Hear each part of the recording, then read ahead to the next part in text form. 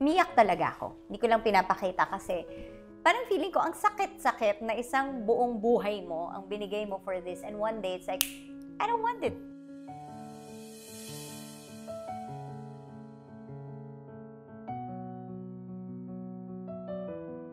Haha, Luis Listens tayo ngayon. Ang aking kasama sa Luis Listens, isa sa pinakamatagal ko ng kaibigan sa industriya. Actually, isa sa mga una kong kaibigan sa industriya at marami kaming alam sa isa't isa. Tama na. Na pag nagsalita kaming dalawa ngayon, malamang sa Sira na po kami. wala kaming matitirang reputasyon at di kami makakauwi sa aming pamilya. Ang kasama natin, such a good friend, Miss Rica Perlejo Bonifacio. Yes! Welcome to Luis Listens. Hello. Ako, syempre, hindi ka Luis sa akin. Lucky ka. Ang huli namin nagkasama ni Rica ay nag-shoot tayo na kasama ko si Peanut. Yes. Diba? Nag-shoot tayo for a magazine. Kung saan, for the longest time and even up to now, ang tinatawag ko kasi sa'yo ay Karix. Oh my gosh, I know. Okay, Karix. Oo. Na, when I called you Karix, Oo. yung mga nandun sa paligid mo, nagulat. Diba? Okay. Parang sino to? Nagtaka sila. So, okay lang ba na lumalabas paminsan-minsan? Ay, oo Kasi naman, kinalakihan ko eh. It cannot be helped. I mean, you'll always be a lucky to me also. So, Diba? kung lumabas po, pasensyahan na lang. Oo, pasensya na. Karix talaga yung oo. tawag ko sa kanya. Kailan ka ba nagsimula umarte? Well, yung official talaga, that was when I was 12. That was on Very Ang young. TV, Okay. yeah. Nag-audition ako noon. Parang, what happened was, mga lumang tao will only know, yung, alam mo yung The Tucks? I don't know if you still remember. That's a singing group. Okay, Yes. The Tucks. Wow, Oh, okay. So, kasabayan nila yung The Company. Yes. Okay, so one of them is like my brother-in-law. So they would often guest on ABS-CBN, parang mga Ryan, musikahan. Musikahan. O, di ba? Ba't lumalabas yun? Ano yun? Nabasa ko lang yun. Ano yun? Parang So, wala ko alam doon. Nandun ako nung araw na yun kasi lagi akong bitbit ng ate ko and brother-in-law. Okay. And then, si Tita Winnie is a Right. wife of one of the members Yes, also. yes. So, Tito sorry, Jeric. sorry. Yes, Ah. exactly. So sabi niya, gusto mo bang mag-audition? Sabi ko, saan? Sa Ang TV. Eh, nung time na yun, talagang wow, big hit yung Ang TV. Sabi ko, sige po. So they brought me to Mr. M, showed me to Mr. M, and then Mr. M asked me to be on the set. Parang to say some lines lang. So it was never your typical child star story na naririnig natin na, Mami, gusto ko mag-artista. Hindi ganun yung kwento. No. I never wanted to be an artista. Ang gusto ko ay maging performer. Hindi ko dream maging on TV. Parang gusto ko lang kumanta, gusto ko sumayaw, pero hindi ko talaga dream maging sikat. Kamusta yung unang pag-meeting nyo?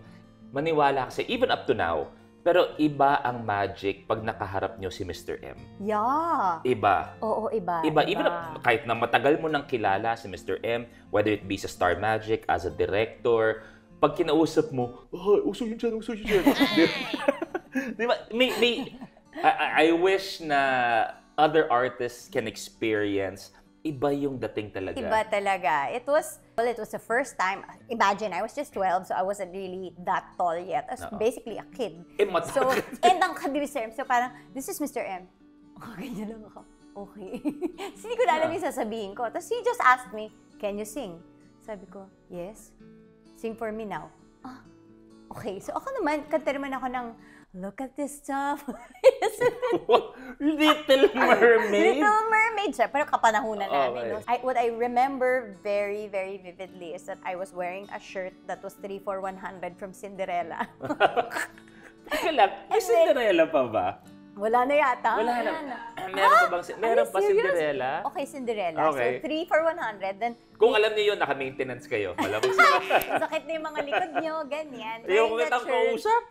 Kasi stress ako. Ka-level yan yung well, bumalik sila. Pero dati, alam mo yan, yung Maui and Sons. Oo. Diba? Naka 3-4-100 So, ka na. 3-4-100, tapos may tulo pa ng ice cream yung t-shirt ko. Ganun ako kabata. Okay, Alam mo yung okay. parang, I didn't care about how I looked and all. Pinapunta ka lang. So, pinapunta lang ako. Kumanta ako. Then, after ko kumanta, sabi niya, she's okay with me. Show her to Mariol. Ganoon. There was no audition that day. They just asked me to meet Mr. M, and then after that, be on the set and then say a few lines. Okay.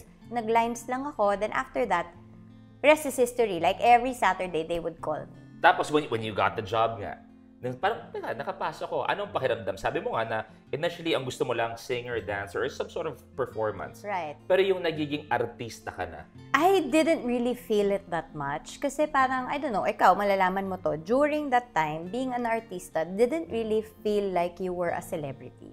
You really felt more like it was work. You were being called for work. So, parang medyo may pagka-theater yung feeling nung sa amin. Kasi din, 100 plus yata kaming bata doon. Okay. So, parang it didn't feel like you were extra special. Parang regular thing lang that happened on a Saturday. I think it only got different when it was getting very, very big and we were being invited like all over the Philippines to do shows.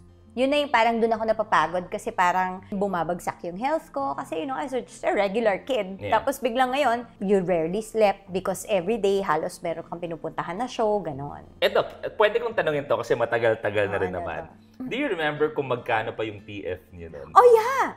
My very first TF was 800 pesos. Okay, 800 pesos. Nung time ba na yon? As in, wow na wow yun? Or kasi may nakausap ako na ibang mga naging child stars din. Kung sinasabi nila na yung pay was okay. Ang habol nila noon was the exposure. Pero yung 800 ba nung time na yun? Parang big deal na yun. 800, gano'n na laban. No? Alam mo kasi, 12 lang ako. Wala akong masyadong sa pera nung time na yun. Okay. It was just really my mom who knew the value talaga of what 800 meant. Ako, parang sa akin, I was already very happy that I got to express a side of myself on the set. Yun lang, na parang nakakakanta ako, nakaka-perform ako, everything was new, so okay na ako doon. Pero I do remember my mom saying na, alam mo, ibili mo na agad ng alahas yan. Parang she wanted to invest agad in something. And I remember nung time na yun, parang mga tricolor yung uso. So I think it was a ring or a bracelet ba na kinuha niya na tricolor for my investment, ganyan. Besides the usual performances, is there a favorite memory ba nung time na yun, ng Bagets? Kana, looking back, you're like, wow, either napagdaanan ko to, or... Yeah, I'm so grateful to this day that I actually started with Ang TV and Mr. M. Kasi, like you said, he's different eh. It was like him bringing theater into TV. Medyo ganun yung training namin. Tsaka ang napaka-professional niya. Siya ang nagturo at nag-instill ng professionalism sa akin. May time kami ni Gila Alvarez. Of course. So, of course, Gila was my best friend back then. Sinama ko siya sa Subic noon. And the day after, so I went to Subic with my family, kasama si Gila. The day after, meron kami rehearsal for Ang TV concert. Nahuli kami ng konti kasi syempre you're coming from out of town, ganyan. Excuse me. And because nahuli kami, Mr. M just hated people who were late. Ayaw niya na hindi on time. So nung time na yon, ako pa talaga yung inabutan kami ni Gila na parang everyone who's late, go into the middle of the stage, get that mic and say sorry to everybody. Wow! So, may ganun si Mr. M. Oh my gosh! Ako pa naman napaka-professional ko. Sobra akong on time. And the one and only time na na-late ako. Chumakampat ka. Sabi ko, oh my gosh, never na nga ako nalilate.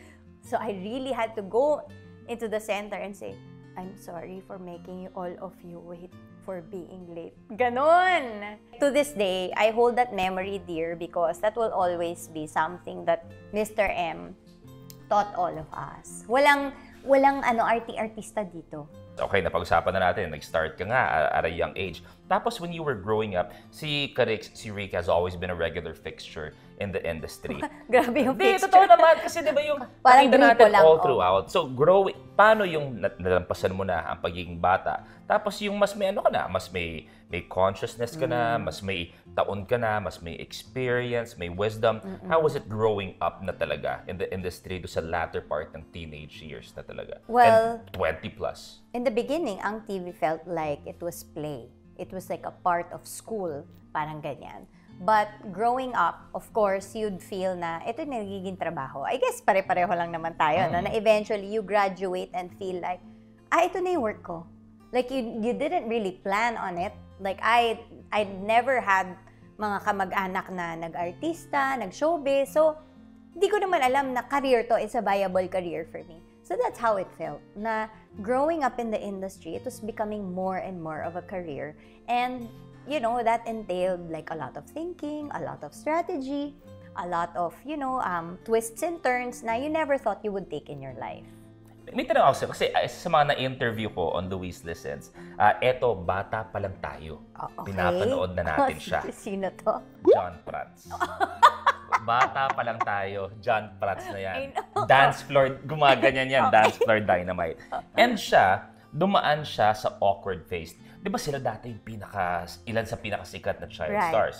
Tapos nung dumaan sa awkward phase, naramdaman nila na medyo kumonte ang trabaho or nag-iba yung na hindi alam saan ilalagay. Do you go through that?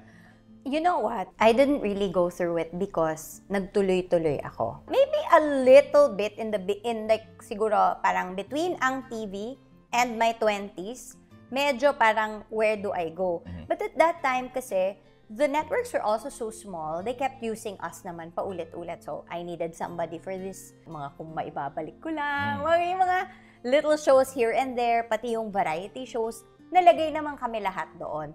Pero siguro for me, ang naging difficult lang was when I entered my 20s and I was being advised to go more mature. Doon ako parang nahirapan kasi unang-una galing ka sa wholesome, di ba? Yeah. Teeny bopper age. Pa-cute-cute. Cute-cute, ganyan. Of course, you're getting more serious with your role, so better.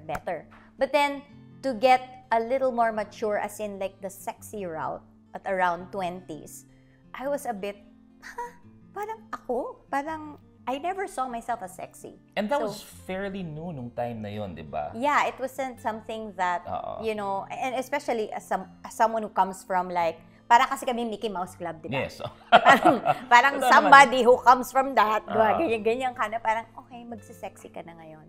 That was difficult for me. But I was trying to not mind it. I was brushing it off, even if it was difficult for me and I felt like hindi siya talaga swak sa personality ko. People were advising me na you have to go this route kasi kung hindi, mawawalan ka na ng career. So it's very true that there will be a time there na feeling mo, am I gonna fall off the race? Ganon. Tama. Pag nakikita mo yung industriya ngayon, parang is it similar na seeing all the child stars now? Or is it completely different sa nakasanayan nyo? It's a lot different. I'm so happy that so many things have improved. Na yung parang unang-una working hours are better for the kids now. Like kami, wala kaming ganyan-ganyan. Yung mga cut-off, yung mga within, naman ngayon, 10, 14 hours, 16? 16 yung kami dati, 2 days na hindi pa nagpapack. Nahamag na po ako. Oo. Yan. Akala niyo joke ha? Alam niyo po dati may second breakfast. Totoo yan. As in, bago ka mag-breakfast dadating, breakfast na ulit, di ka pa umuuwi. Totoo yan. Ganyan. So parang now, I just feel happier for like everyone, not only the kids, that you get a quality of life na hindi rin talaga namin ma-push dati sa time namin. Isang show na ating kinalakihan, ang TGIS. Ayan. Sino ba kasama niyo nun sa TGIS? So, Michael Flores, Bobby Andrews, Angelou, Raven Villanueva, Shara Soto, Red Sternberg. Oo, yan. Yeah. And then Juan Migbondok. Such an iconic show. Yes. Yan yung matinding tapatan dati ng 2 and 7 ng TGIS. So how was it doing such an iconic show na kamakailan nag-guest sila sa Rainbow Rumble, one of my shows? Yes! And yung parang grabe pa rin yung impact ng pinag-uusapan yung show na for you guys, it was really part of your life. It is. And lives of so many people. Yeah, it was, I think, one of my most memorable characters and also group of people to work with. Yung samahan namin doon, totoo eh. Okay. Siguro kasi medyo na-force ka na rin dahil wala ka namang ibang kausap for how many hours every week of your life you actually saw them. So they really became kind of like my real life barkada at that time. So that's why it's very, very close to my heart. And recently nga, parang nagkaroon kami ng sort of like reunion. Because of what happened? Yeah, because of what happened. Like losing Red and all. And we kind of like talked to each other na parang, you know what, we need to make an effort to see each other more kasi we're not getting any younger. And nalagasan na nga tayo ng isa. Papayag pa ba tayo na we'll lose so much time with each other habang nandito pa tayo? At isa pa sa aking favorite na pinag-uusapan, hindi lang bukod sa naging kaibigan ako ni Crix, naging fan din ako nung magkakasama kayo ng nina Daddy lahat sa Okay Fine. Yeah! Oh my gosh, true! isang show na hindi porket nandun yung airpot ko, hindi porket nandun si Tito Ag, si Kuya Bayani, si Karix, si Nikki, si Tita Glo. It was one show na kuhang-kuha ang Pinoy humor. Kamusta yung Okay Fine Whatever? Yet another show na very memorable, not only because of what I did on screen, but because of like, yung mga tao behind the scenes. Yung parang Tita Glo na ang bait-bait. Nikki became my best friend. From all the showbiz people na nakilala ko sa buhay ko, siguro siya yung pinaka naging close ko. Hi, Nix. Nikki Valdez. Also, I mean, your dad. Your dad was like, he became sort of like my dad also because of that show. So, big part of my life talaga yun. At saka ang script nyo parang minimal na lang, di ba? Parang guide na lang yung script nila sa Okay Fine, na sobrang cool. Totoo ba? Which, kwento ko na din sa kanila, na pag kunwari nagta-taping kayo by 10 p.m. onwards or maybe earlier, medyo si daddy nag-wine-wine na.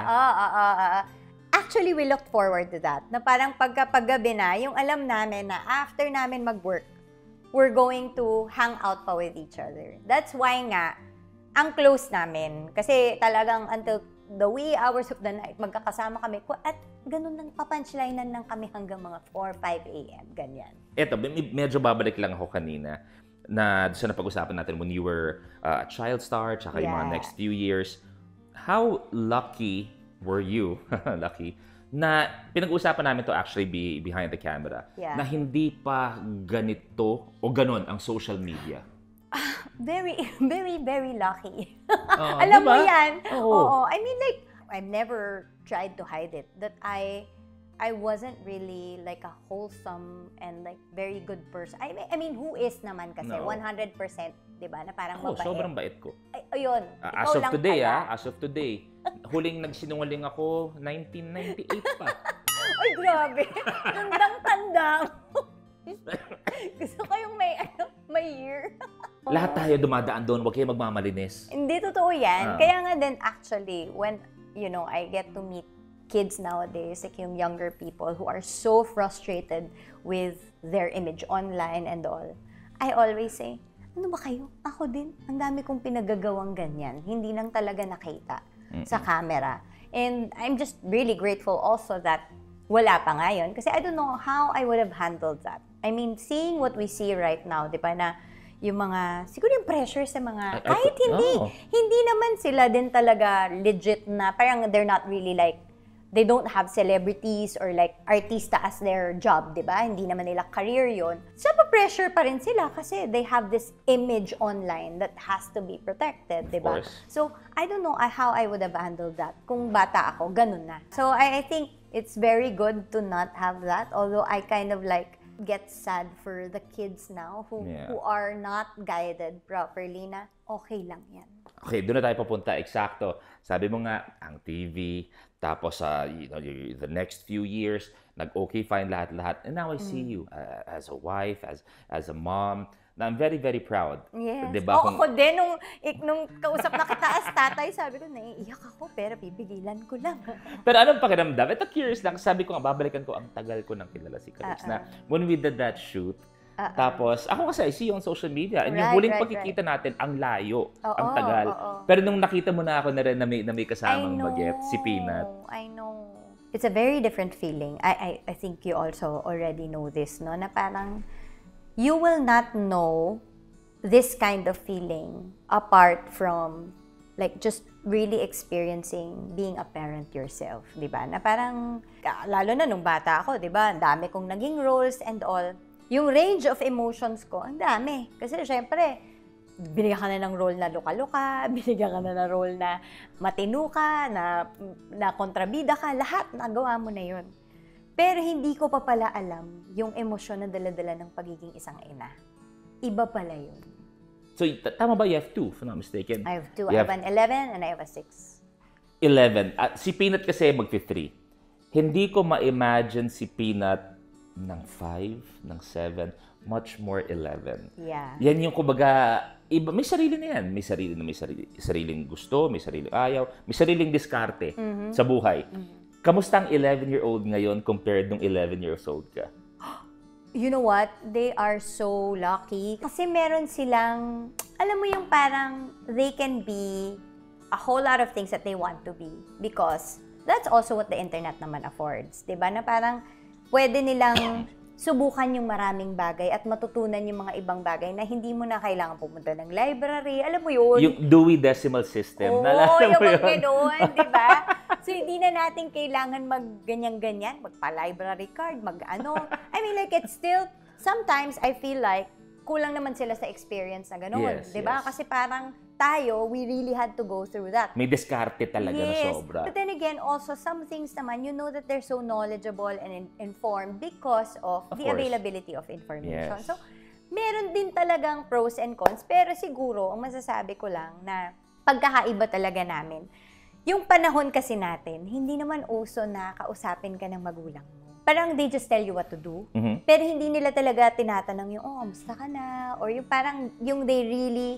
only some parents do this nung panahon natin, pero it's not really the norm to talk to your kids as though... Sit you down. Yeah, yung sit them down and really understand them.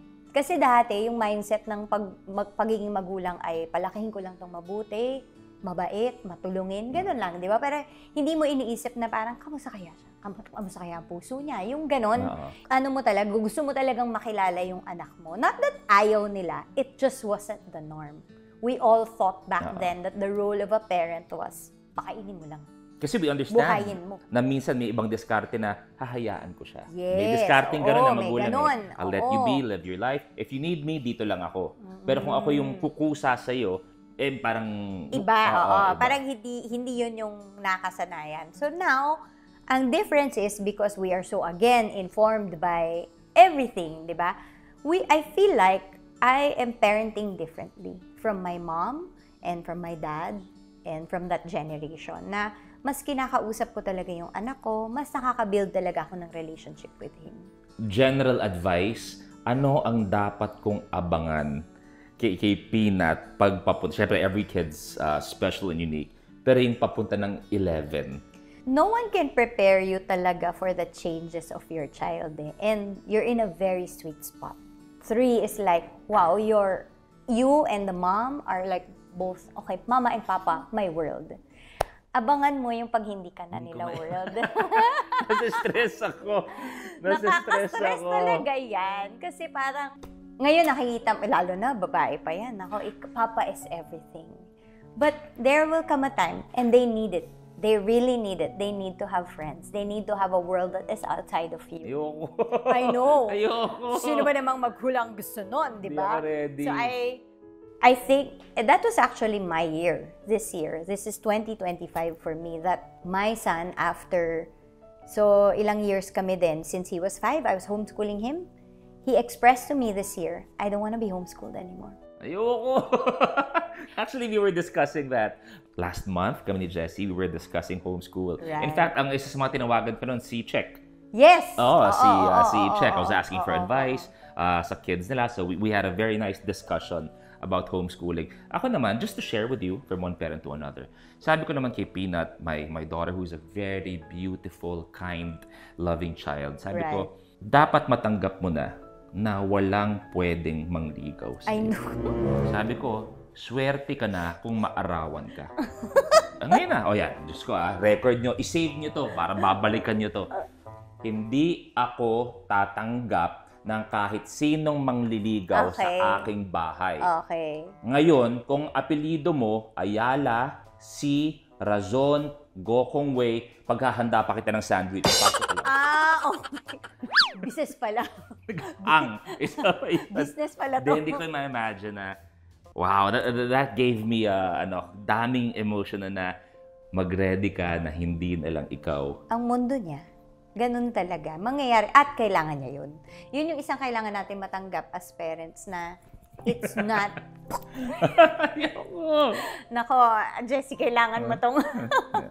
But yeah, that's really a part of life. And if anything naman na masasabi ko, being there right now, in the beginning, it really hurt. Like, every time I would go through all of our, like, homeschooling materials, nililigpit ko Miyak talaga ako. Hindi ko lang pinapakita kasi parang feeling ko, ang sakit-sakit na isang buong buhay mo, ang binigay mo for this, and one day, it's like, I don't want it. So parang, okay, where does that leave me?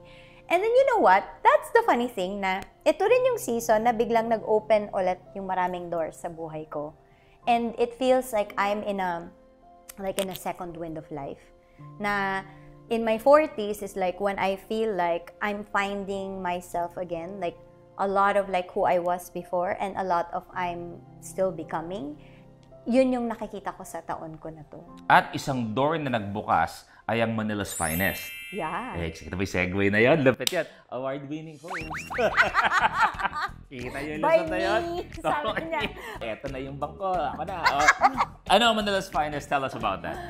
Okay, Manila's Finest. When this was offered to me like just this year, no? I didn't know how to feel. I was like, oh my gosh, bakit ako may offers? Although hindi naman talaga tumitigil na palaging may nagtatanong na pwede ka ba sa ganito. Mas may inquiry lang pala. Inquiry lang, ganyan. I always said no in the past. Kasi nga, my priority was yung aking mga anak. Yeah. Kasi kung nag-homeschool ka, tapos kunwari mo, tumanggap ka ng teleserye, sigurado wala ng teacher yung mga anak ko, diba? Laging tulog yung teacher. So, I said no so many times. But then, when this came, that was also fresh from that experience of like my son saying that he wanted to be in a regular school na. In fact, that was why we were so busy the first part of the year kasi nag-a-adjust kami lahat na, uy, may bagong schedule. Dinadala na namin siya sa paaralan niya, ganyan. Eventually, nung medyo nagsisettle down na yung new schedule and new routine sa bahay, sabi ko, ano nang gagawin ko? So, medyo nagkaroon ako ng gap na, that's also why I started running. Alam mo yung parang, nahahanap ko ulit yung mga, may time na akong gawin, yung mga gusto kong gawin. So, napupursue ko yung fitness for myself, journaling and all that. And then, so when this came, I said, baka naman pwede na. And then, when I talked to them, and sabi ko, it's worth hearing them out. And then, when they told me a lot of things about the project, sabi ko, I think this is the perfect project to start with. Ramdam. Yung parang I just knew in my heart that, yes, I can do this. Kailan yung last na serious acting role or project? Oh my gosh, I don't know. Like 2006? Lampas dekada. Oo. So, how was it coming to the set? Siyempre, nag-iba ang buhay mo. Yung in-between nun. Ibang-iba ang buhay mo. Tapos how was it?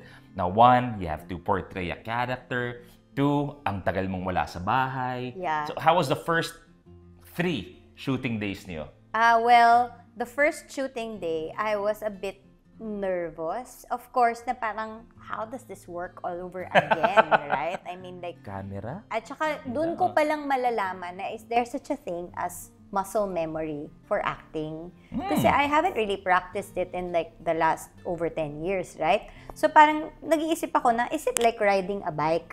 Na parang if you know it, you always know it, di ba? So dun ko palang matetest. And so I was a bit nervous. Tapos ako pa yung unang-unang eksena sa buong pelikula. Alam mo yung parang sabi ko, kayo naman, prank ba to? Unang-unang eksena, yung artista pa talaga Mabigat yung eksena? Hindi naman. Okay. So, medyo warm up ng konti. Oo. When I got on the set, the first scene, tulog na nagising. So, madali lang naman. Kahit naman yata sa bahay, kaya mo Pambihira naman kung nag-take 2 ka pa nun, hindi ko na alam. Tulog ka na lang. Hindi pa happy yung director. Hindi happy si Direk sa gising. Tulog na nga. Wala na akong lines. So parang medyo better naman. But of course, when I was doing the whole motion, feeling ko parang, I got this, kaya ko to. And then, when I saw the preview, I mean like the, what do you call that? Yeah, the preview. Kasi parang right after, di ba, you preview it. Okay. Grabe, parang bumalik sa akin lahat. Yung parang sabi ko, oh my gosh, na-miss ko to. Nagulat ako na na-miss ko pala siya. Like, all the framing ko. So, my director is Direk Raymond Red. Yes. And my goodness, like, kinukunan niya lang ang dyaryo, mas maganda pa yung dyaryo sa akin. Ganon kagaling. Yung talagang alam mo na sobrang galing din niyang cinematographer. All his frames are like perfect. His lighting, his setting, everything, all the work. So when I saw it on screen, I was like, wow, I really missed this. Kasama mo rin dito si Papa P, tama ba? Yes, of course. Was there any time sa buong movie, nagkatrabaho kasama mo si Papa P, na naisip mo magkamukha kami? At any time? Yung sakit ng tawag mo. Yung sakit ng tawa mo. Magkukwento ako. Magkukwento ako tungkol sa'yo. Hindi ko in-expect yung question. Kasi yun, parang Luis, na pag ganun ka, ay, sorry. Wala eh. Wala talaga. Pwede ka naman sinungaling. Hindi. I think kasi medyo chubby siya ngayon eh. So, hindi malapit sa'yo. Medyo chubby siya. So ako? Siya. So, ako? Ikaw, medyo chubbier. Hindi, joke lang. Okay, ganito kwento. Mapapatong kwento. Sira ka. Pero how was it then? Sabi mo nga, yung pagbabalik, Piolo agad ang kasama mo na. Siyempre, everything Piolo does is inaabangan din, di ba? So, kayo kagad ang magkasama. Oo. Also, a big part of me saying yes to the project is knowing that Piolo already said yes. Is going to be a part of it, a big part. He's the lead, right? So, bakit? Kasi lahat ng pinipili niyang pelikula lately, alam mong maganda. So, napaisip ako na maganda yung project para piliin niya. So, yun yung isang deciding factor ko. Pangalawa, si Piolo para ko yung ano ba yan? Parang comfort zone ko rin when it comes to yung mga kasama mong artista. Kasi, I've known him like since the 90s. Pocket Bell era pa lang. Easy Call, Pocket Bell, Info Page. Magkaibigan na kami. Nextel. Nextel pa tayo dati. May Nextel pa tayo dati. So true. Nasabi ko, bakit di natuloy yun? Ganda-gandang concept. Kareks. Palabas ka na ba? Nakita tayo. Mga alas 11 ako pupunta doon. Sige. Bye, Kareks. Sana ibalik nila yun. Yeah, so that was also like very, very convincing for me kasi I needed to play the wife of Piolo in the film. And sabi ko, perfect way to wet my feet again, to be with Piolo. Kasi nakatrabaho ko na siya. Yes. So, sobrang komportable ko sa kanya. Iniisip ko kasi kung ibang artista to na wala kaming masyadong history, baka masyadong marami akong iniisip on the very first project na gagawin ko for after how many years. So, one less thing to think of na yon na parang it's Piolo, I can always work with him. It feels like home, ganon. Please invite everyone sa Manila's Finest. Please do watch our film. It's going to be, of course, one of the Metro Manila Film Festival films this coming December 25 po. Sana magkita-kita tayo, Manila's Finest. I'm gonna be there, Piolo, Enrique, and yeah, that's it. I'm happy. Pagkatapos ng interview to, I'm happy with seeing you again and seeing how life has treated you. And sabi mo nga, kung ito yung second win mo, aabangan namin ng buong puso. Salamat. Ikasa mo dyan. Salamat. Okay. Magkukwento na ako at ako kay Karix. Thank you very much, Rika, sa Luis Lizet. Bye, guys. See you again soon. Bye-bye.